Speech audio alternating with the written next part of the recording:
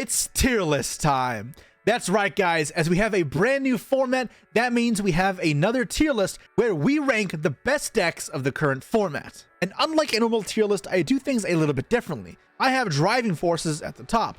That's your typical tier 1 position. But what's more important is they also shape the rest of the metagame around it, with a non-engine that's impactful against those decks being extremely relevant to which other decks can then succeed. Below that, we incorporate a well-positioned tier and a lesser well-positioned tier, where accordingly decks can be ranked that are in a solid spot in the format, but also depending on how strong their engine are, and maybe some niches that apply just to them within a certain format. We're also going to have a neutrally or awkwardly positioned tier, where decks that are otherwise strong, but lack the right circumstances to really thrive in this format, but aren't particularly bad. But lastly, we're going to have our poorly positioned decks, which pretty much fall in line with the rogue, where I wouldn't expect them to see too well at any major events, although you never know, they can kind of surprise you. And now just a reminder, if you guys enjoy this type of content where we go over the decks of the format and all the tier lists where we get a deep dive into Yu-Gi-Oh, then please consider liking, subscribing, leave a comment down below, let me know that you enjoy this type of content.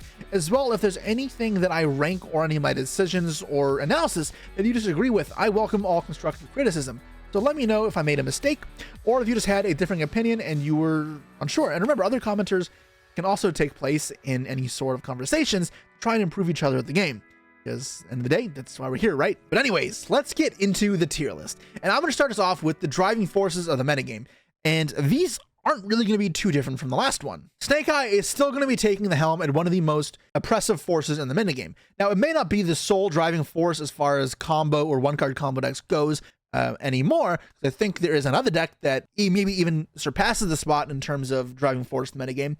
But Snake Eye will, at least in my opinion, still very much be a tier 1 threat that does shape the rest of the format around it. This deck's newfound inability to play through hand traps as well, specifically like Ash Blossom and Nibiru, will shape how some of the non-engine is played around it. Now that you don't need to pair as many hand traps together in a lot of cases, it may mean that you can lighten up the hand traps a little bit, but still have the key ones that really hit super hard against Snake Eyes. While I talk about why Snake Eye may have fallen from grace and how this will affect the format around it, the deck still is by all means good. It has all its tools still there, even if limited, because barring Appaloosa and Lacrima, you can still do almost anything you want. You still end on Still Hat Rabbit with IP, Desiree, Caesar, Flamebird, Princess Engrave, as well as you can fit in an extensive suite of non-engine cards like hand traps to really help that going first, as well as you have ability to start or extend pretty fluidly with your cards so that hand traps aren't the biggest concern, even if they are more impactful now than they would have before.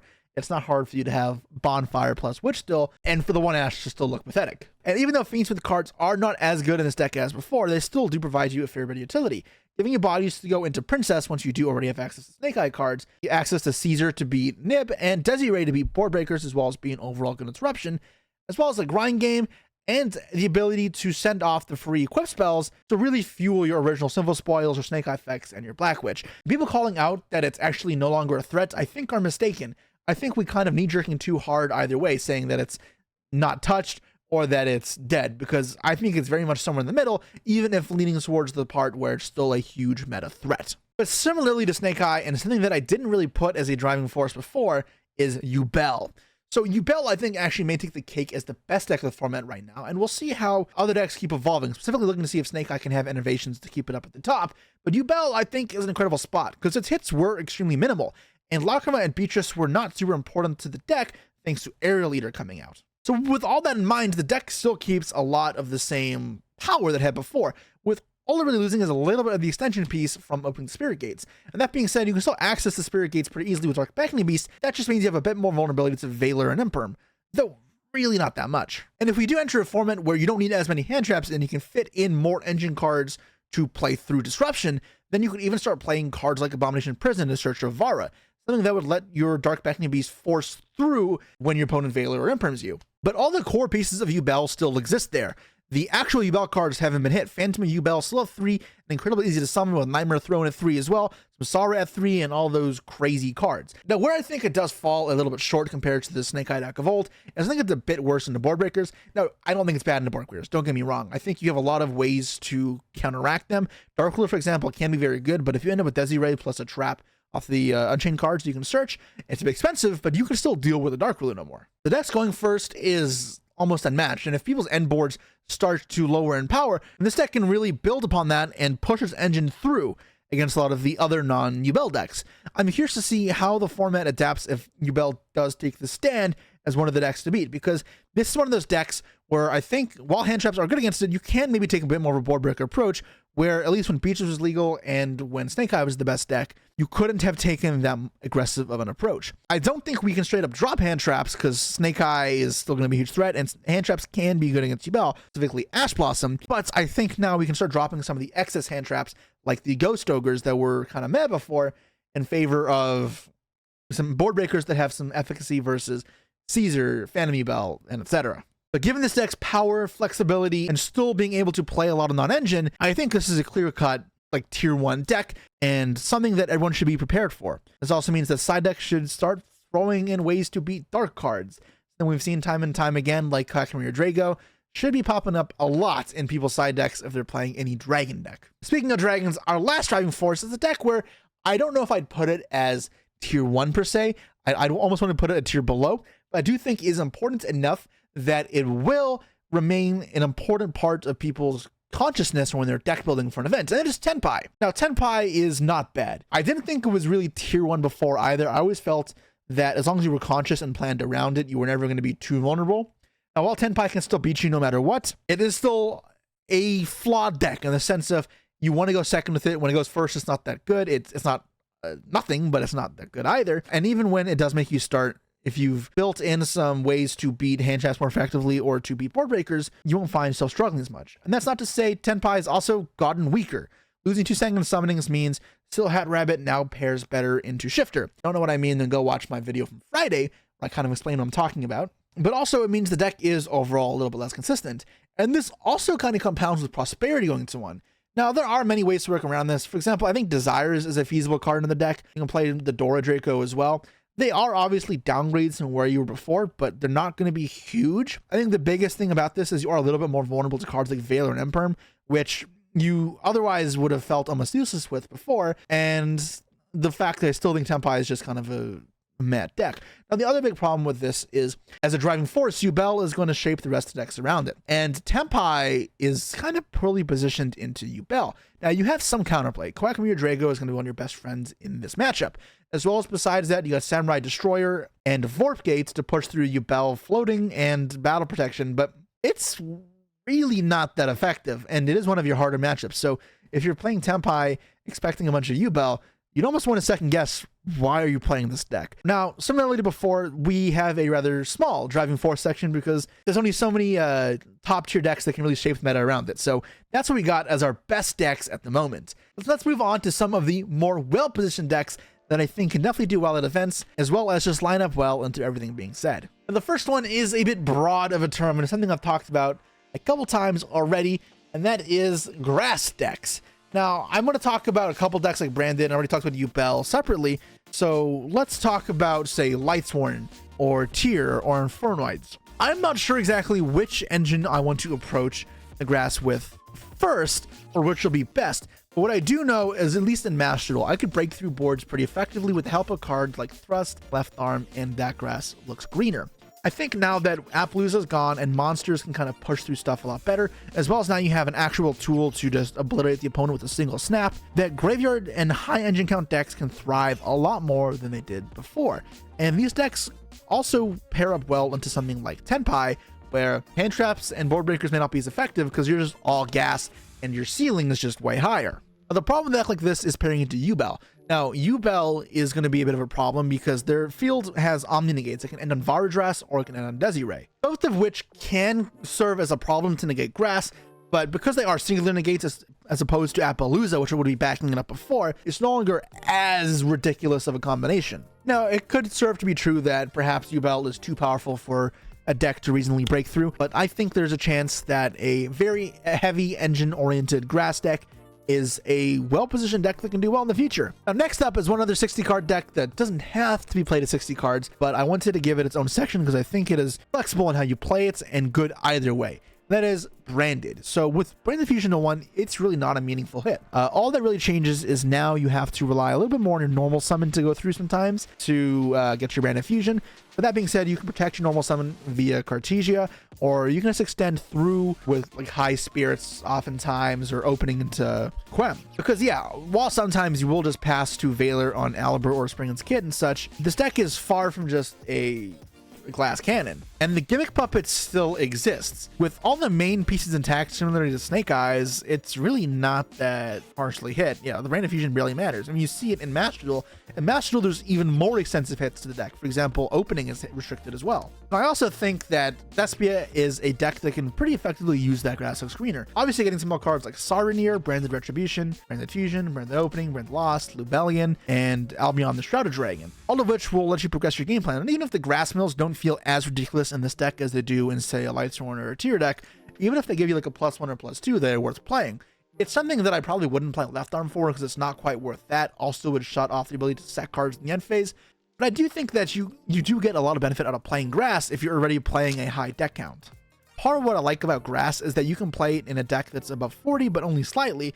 And then when you go second and you just Grass your opponent, if they comboed and milled like 7, 8 cards to their deck for their engine, and you were playing 45, now you're still milling like 12 cards. And if these decks aren't ending on Omni Negates that could stop Grass, then that's still pretty meaningful, and it really doesn't take that much of a toll on your deck building ability. Now, if you go first with Grass and you only mill 5, it's not that bad. It's still a functional card. It's not something like Evenly where it is strictly dead going first. Although there's also a world you could just side deck it. But either way, I think these high engine Grass and branded decks, whatever you want to mix together, are very solid candidates for something to look at in the new format. Next up is Memento, a deck where I talked about being not as good in a position as I thought as of new ban list. But I still think it is a well-positioned deck. I still really like how this deck can do some powerful combos that are hard to break boards through. The deck isn't like incredibly impervious to hand traps, but it does have the ability to extend, as well as it can be consistent and flexible, which are all the signs of a rather good deck. I also like because the deck is continuing to get new support with the Goblin cards from Rage of the Abyss, letting you special Memento Goblin from your deck and get into your combos through hand traps a lot easier, almost acting as more copies of Bone Party. Even if this deck isn't like necessarily the most well positioned right now, I do think it'll only continue to get better as we get the new cards in a month's time. Now, I do have one last well positioned deck, and it's something that we've seen on this list in this position over and over and over again. And at this point, I almost wonder, like, do we have to move this up to a driving force in the metagame? Because I feel like they pop up at every tournament, they top every tournament. Runic Stun. And yes, skill drain is limited, but I think that's a minuscule hit. Like, you can see Herman Hansen talked about this on Twitter, saying to hit Runic cards. And I know while that may upset some of you, insert pick a Josh here. I think these cards are mostly used for evil in this scenario. And while you definitely can have some cool Runic combo decks, and that's the almost functionality that I envisioned with them when I saw these cards, Hugin is kind of toxic because Hugin gives you built-in destruction protection for any floodgate, as well as the capability to draw cards and deck your opponent out. So it provides win condition, protection, and draw power for a stun deck, 3 things that stun decks typically lack, as well as making up some of the ground for its ability to go second. And the reality is, I think there are so many stun cards that you're not really going to be able to hit every single floodgate for this to be like reasonable. And it's a whole other problem because, like, we talk about skill drain going to 1, but yeah, I mean, thing is, a lot of the time these cards can be replaced, and that's why I'm not rushing to ban some of the more generic floodgates, because I don't think they actually do anything that much. For example, Power Sink Stone, Tyrant's Tirade are 2 examples that come to my mind immediately. It can act as rather BS problems to deal with if you're up against a Runic Stun player. And if you're wondering how you get 2 monsters on the field to tribute Runic Stun, you just summon Sleipnir, and draw phase, get a token, and Tirade. And in some cases, Tirade is just better because you can't use Engraver and that such. And I think with people still largely disrespecting backward decks, myself included, given that extra deck, side deck, and main deck space is also tight, that not having space for back removal means you really get to flourish as a Runic Stun player. Let's talk about some of the lesser well-positioned decks. Decks that I can still absolutely see topping and potentially even moving up on this list if my opinions continue to change in the future. So let's start off with the one that did very well at the European European Continental Championship, and that is Ritual Beast. So Ritual Beast isn't something I would want to move up on this list because in my head, the weakness of Ritual Beast is always removal. It's not negation. In fact, I felt like this deck could play rather competently through Appaloosa. What I didn't like is how it didn't play well into stuff like IP into SP. Now, if IP and SP is still going to be super prominent, as well as Rage into SP going to be prominent, then this deck is still a bit lacking in that regards. Shifter is still going to be an impactful card. Protos is very good versus decks if they start cutting down the hand traps. Specifically, if we start seeing more grass, high engine based decks, then Protos is phenomenal. Ritual Beast is arguably the deck that utilizes the best right now. That's not going to change. You get access to 2 of the best non-engine, or engine, I don't know what you call it, 2 of the best like floodgate pieces that the game has to offer. I don't think the Ritual Beast engine itself is that special. I think it's kind of meh. And one thing to note is that losing Appaloosa means you have a lot more weakness than Nibiru. So this deck did get slightly worse to hand traps, but I'm sure you can find ways around that, whether it be doing half combos and holding follow-up, or really identifying when he needs to go all in versus these high engine decks. Now we're going to circle back again to another European that we already mentioned, and it's Josh. We got next up Runic White Forest, the deck that he brought to the European WCQ. Now truthfully, this is a deck that I have never actually played with, although I've read all the cards, I've played against it a few times, and I understand it a fair bit. Now, I'm not keen to put this higher on the list, even though nothing in this deck got hit, solely because I think that Runic combo decks at least can't play enough non-engine to thrive in the current metagame. And yes, I talked about how high engine count decks are good right now. I'd like a little bit of non-engine at least, not like back in tier format where you can play almost 0. Runic, you really have very limited options. I'm keeping it here because I still think, at least now more so than before, your engine can hold up. I also think that banning Appaloosa didn't matter for this deck as much either, because this deck didn't really care about Appaloosa given you had so many spell cards. I think one of the bigger problems for this deck is Desiree. Something that's untargetable means you have to mostly deal with it with the battle phase. Runic can't really do that. So here you want to book it with Diabell into Silvera, or just Silvera, I guess, first. It's kind of ass, right? Because it's a multi-step process that then results in them sending a card, so you can't even protect with Yugioh. And I think that it is kind of annoying for the deck to go second versus a resolved combo deck, Yubel or Snake Eye. At least that's why I have White Forest Runic in a rather solid spot over here. Now, next up is a deck that I feel like could go either way on this list over the next few weeks, and that is Fire Kings. And no, it's Fire King Snake Eye. We'll see if we get Ulcanix anytime soon. I think that will make a difference in this deck's viability. At least for Master, we're seeing that Fire King Snake Eye is the preferred version over Pure Snake Eye, though each of the cards aren't out, so these aren't exact parallels, as well as you have Ulcanix there. But yeah, this deck is good for a couple reasons. For one, now this gives you more fire targets in deck for your Snake Eye cards, so you can play like more originals and kind of expand upon that package without running out of targets or playing shit cards like Birch and Jet Synchron. It also means you can expand upon your end field to counteract breakers, right? Because if you have to make Caesar to beat Nibiru with your Fiend to the package instead, then you can't make Desiree to stop cards like Talons. So leaving your interactions in the hand more, like Kieran and Grunix Engrave and Arvada Engrave, can give you more maneuverability around breakers, and that's extremely important. And let's keep in mind as well, like, let's go back to the Snake Eye Fire King deck of back in March, February. We played Appaloosa in that deck, and we 100% would summon it when we could. However, there were plenty of game states where Appaloosa was not something you'd summon, and you definitely summon it a lot less often than in the pure Snake Eye deck. I think it fits a lot more naturally into the Fire King Snake Eye deck's game plan to adapt in this way. Now, obviously, that does mean you still are cutting down on your non-engine, which might be okay, but I think this is something we need to relook at as a new engine to supplement alongside Snake Eye.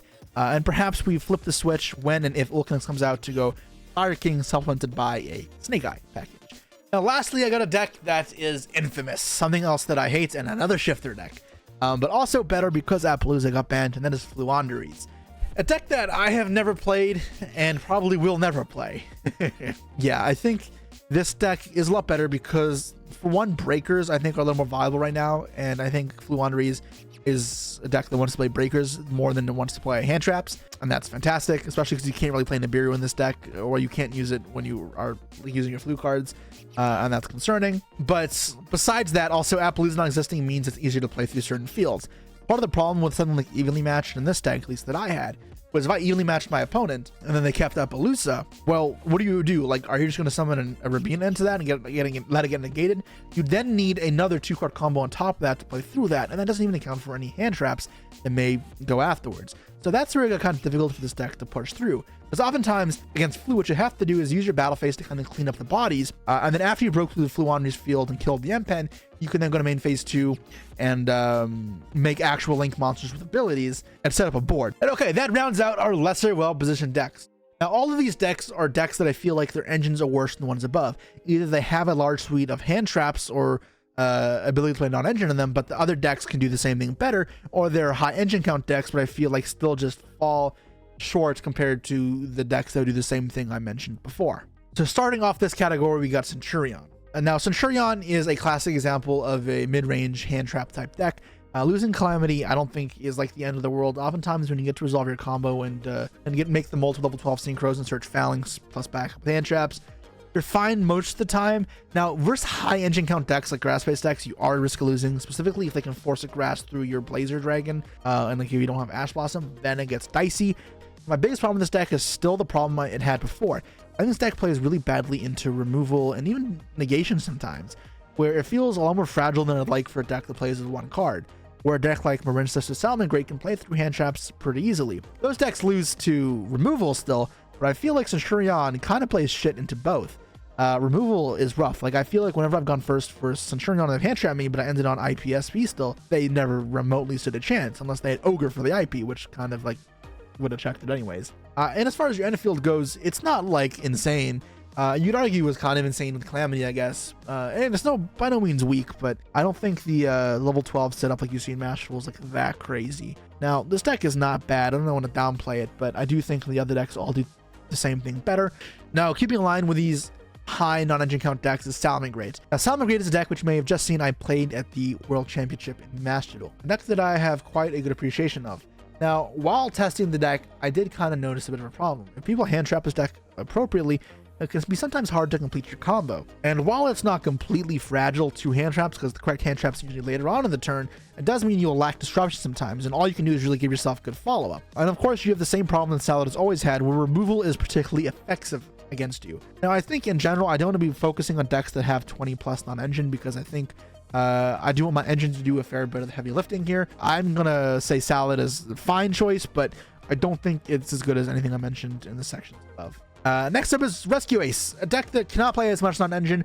I just feel like its engine is strictly worse than things like Fire King and things like Yubel. I don't think it's that good. I've always had a problem with this deck. I've never liked it as much as others. Now, I do think that if you see people sway away from hand traps, this deck can do like Dweller stuff for some of the high engine count decks. Now, obviously, this deck is not terrible in hand traps, and the Snake Eye hits really don't matter, right? You can play Bonfire, Poplar at 1, and then Witch, and it just doesn't matter. As well as you can play Fiends in the cards in this deck, albeit, no, Beatrice does make things worse, because the same way in Snake Eye, there's no fluidity between the engines anymore. But either way, the deck is fine. My biggest problem is I just think the other decks are better. This deck can't play a huge number non-engine, which isn't the biggest deal. My bigger concern is, I guess, the 4 effing bricks that feels like you have to play. Like, I know that they aren't like real bricks, they aren't true bricks, but I feel like if you're going that route, Fire King just seems better. It's the same problem we had 6 months ago. Yeah, it's just the worst fire deck. It hasn't changed. I guess maybe it's better than Salad, but when I consider like the main fire decks of Pure, Fire King, and Race, Race has always been at the bottom for me, and I don't think that's going to change. Next up on this list is Pearly. So Pearly is one that I talked about before as being decently positioned. I think honestly, I'm not like really too sure how to put this. I think it's kind of neutrally positioned right now. I don't know how well you can play into Yubel with this deck. It's a matchup I truthfully haven't tested too much. My biggest concern is they stop Black Cat with Phantom. It can be kind of annoying, and the board is pretty hard to deal with. It's not like you can break through it that easily with Engine, like not at all. You would need stuff like Dark Ruler alongside it, and that's not to say Pearly can't supplement that. It just can be kind of weird. Now, the other problem I have is Phantom Yubel actually checks Noir because it doesn't affect the card for some reason. So that means if you have a 7 mat Noir and you detach 2 and they Phantom, they can negate it. So you would have to detach 2 more again to resolve it, at which point you'd be below 5 materials, and now they could actually start interacting with you. But the deck still has a lot of strong things going for it, such as ability to make a rather powerful turn 1, a flexible and rather large suite on non-engine, which is pretty good. But yeah, the deck is fine. I don't think this deck is like in a negative position. I just think other stuff sounds more appealing to me at the moment. Next up is Sprite. This one's a bit more awkwardly positioned in my opinion, because I think this deck thrived a lot more when people were playing a ton of hand traps, which are otherwise just dead against this deck. So this deck still has access to the Toad. It can still play a fair bit of non-engine, but it's weakened to removal, and that's not great. One upside to this deck is that I think Nibiru is typically pretty bad against it, and Nibiru is a card I expect to see in a lot of people's decks right now. This deck is not like a terrible deck by any means. It's one I'm putting in a poor position deck. Like, you can for sure win with it. It has positive attributes. I just think other decks do the same thing better.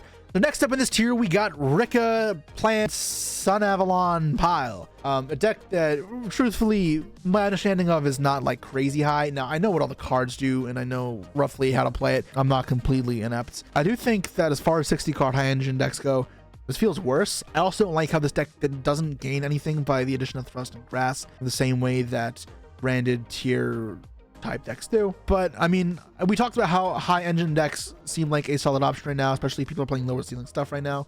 At least unless we see a huge resurgence, or not resurgence, but a huge surge of Yubel players. And until that happens, I think you can get away with a very combo heavy deck. And I think Rika is a rather good choice that. And you know, it still has the ability to flood out your opponent to beat other people trying to do the same thing. Using the Rose Whip combo. The Rose Whip Regulus is like pretty toxic. The deck can be pretty consistent as well. And now, because of the generic nature of just being plants and whatever, you can also have a ton of flexibility with how you build this deck. I don't think this deck is going to thrive to the same degree that some of the Europeans may suggest. Moving on, we got Voiceless Voice. I've been a big Voiceless Voice hater. I kind of vouched for it a bit before, a couple months ago, before Fiends with the cards came out though. I think it's just too easy to push through these type of interrupts now. Even though every other deck got worse, I don't think this deck really gained anything. And if anything, if Valor and Imperm started falling off in favorability a bit, then this deck gets worse, because all those cards that sometimes hit this deck, oftentimes they did nothing. If Dark Ruler starts seeing more play, Droplet sees more play, then that really hurts for this deck, because those cards are pretty brutal. Yeah, I think Voiceless doesn't even have to be non-engine. It can be kind of bricky. So I think it kind of has all the like all the false flags almost of being a good deck. So I just don't know why I don't want to play it. You can't play Shifter in this either. You don't get any of those toxic floodgates. So yeah. And next up is Kashtira, a deck which I think is more awkwardly positioned than before. So the reason I like Kashtira before was nothing really plays that well in the hand traps compared to Kashtira. Like nothing's close. It's actually insane. As well as nothing can play the same amount of non-engine as effectively, as well as keep up a large amount of floodgates. Kashtira is an incredibly powerful deck in those regards.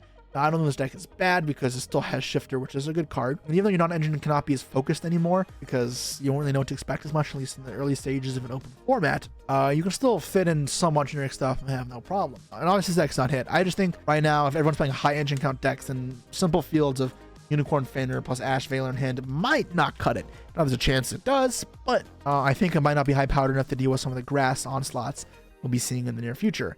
And that kind of brings an end to the decks I feel like are worth considering. Everything else I feel like is either poorly positioned or rogue.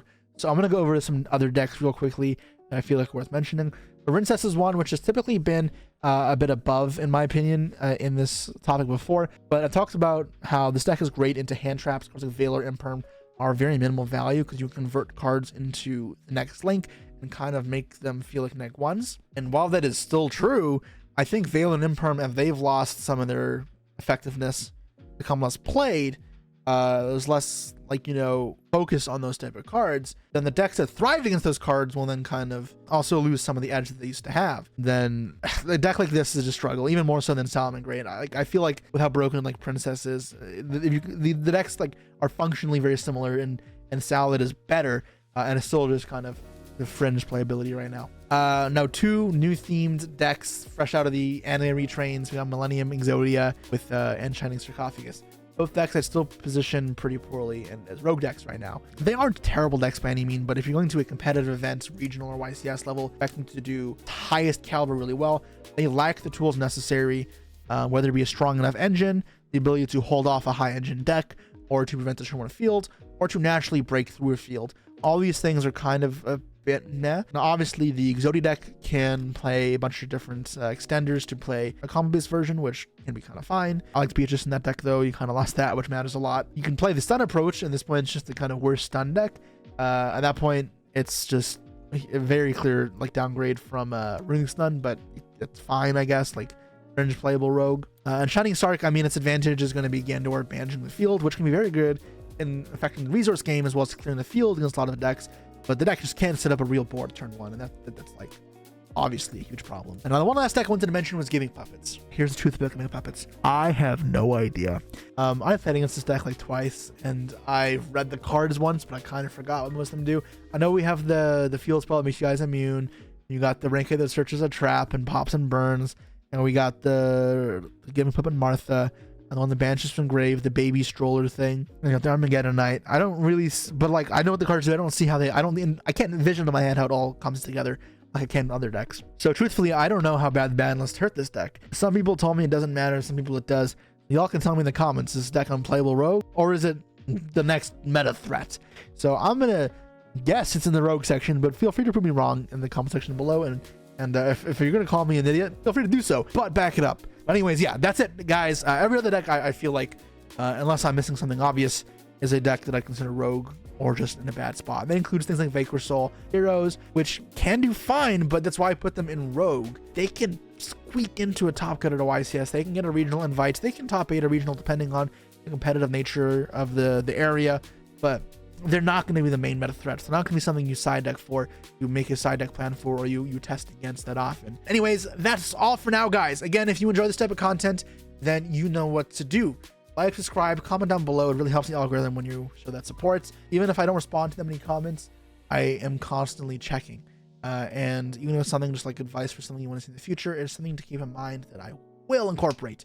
So, with that being said, guys, I'll see you all next time. Let me know what shields you want to see next. Staples, rogue decks. We'll see what we have planned for you next week. See ya.